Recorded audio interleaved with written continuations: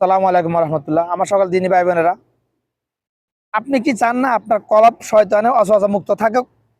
আপনি কি চান না আপনার কলব, আপনার ব্রেন শয়তানের অসুয়াশা মুক্ত থাকুক, শয়তানের নিয়ন্ত্রণে না যাক?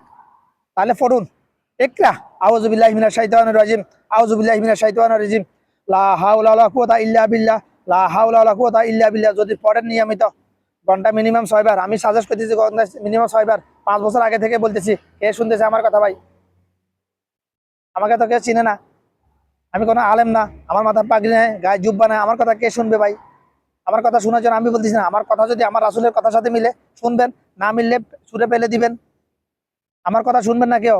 যদি আমার কথা আমার রাসূলের কথার সাথে মিললে, সুন্নাহর সাথে মিলে, তাহলে শুনবেন। যদি সুন্নাহর সাথে না মিলে তাহলে শুনবেন না। এটা আপনাদের কাছে আমার অনুরোধ।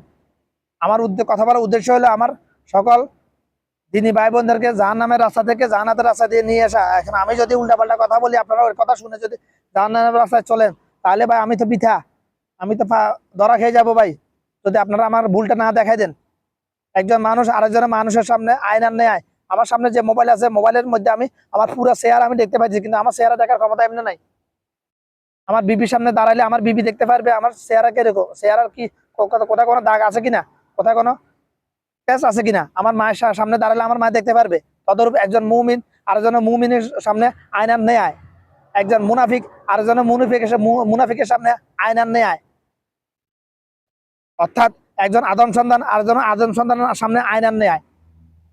আপনি যদি চান আপনার কলাপ 24 ঘন্টা শয়তানের অসুয়াশা মুক্ত থাকুক, আপনাকে দিয়ে শয়তান, আপনি যদি চান আপনাকে দিয়ে শয়তান কোনো পাপ কাজ যাতে না করাতে পারে, যদি চান, তাহলে ইকরা আউযু বিল্লাহি মিনাশ শাইতানির রাজিম, আউযু বিল্লাহি মিনাশ শাইতানির রাজিম, লা হাওলা ওয়ালা কুওয়াতা ইল্লা বিল্লাহ।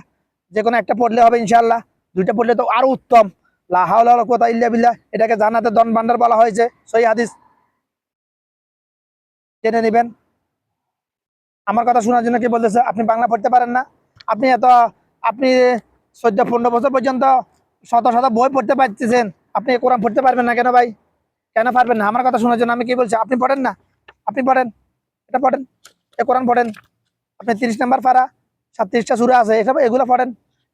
আরবি পড়েন, বাংলা পড়েন। আপনাকে আলেমের কাছে যাওয়ার জন্য কে বলছে? ধর্মের পেশায় বলবে আমার কাছে আসো, আমার কাছে আসো, আমার কাছে শিখো না। আমি আমার কাছে আসার জন্য বলতেছি না, আমি বই বিক্রি করার জন্য বলতেছি না, বই বিক্রি করার জন্য বিজ্ঞাপন দিতেছি না। আমি বলতেছি আপনি নিজে নিজে মুসলমান হন, আপনি নিজে নিজে নিজে মুসলমান হন, মুসলমান বনুন। মুসলমান বানানো লাগে, মুসলমান বনা লাগে, মুসলমান জন্মসিদ্ধ হয় না। মুসলমানের মা বাবা ঘরে জন্ম নিলে মুসলমান হয় যায় না, মুসলমান হওয়া লাগে, মুসলমান বানানো লাগে। বানানোর দায়িত্ব মা বাপের, হওয়া দায়িত্ব নিজের উপর, বালে খাবার পরে।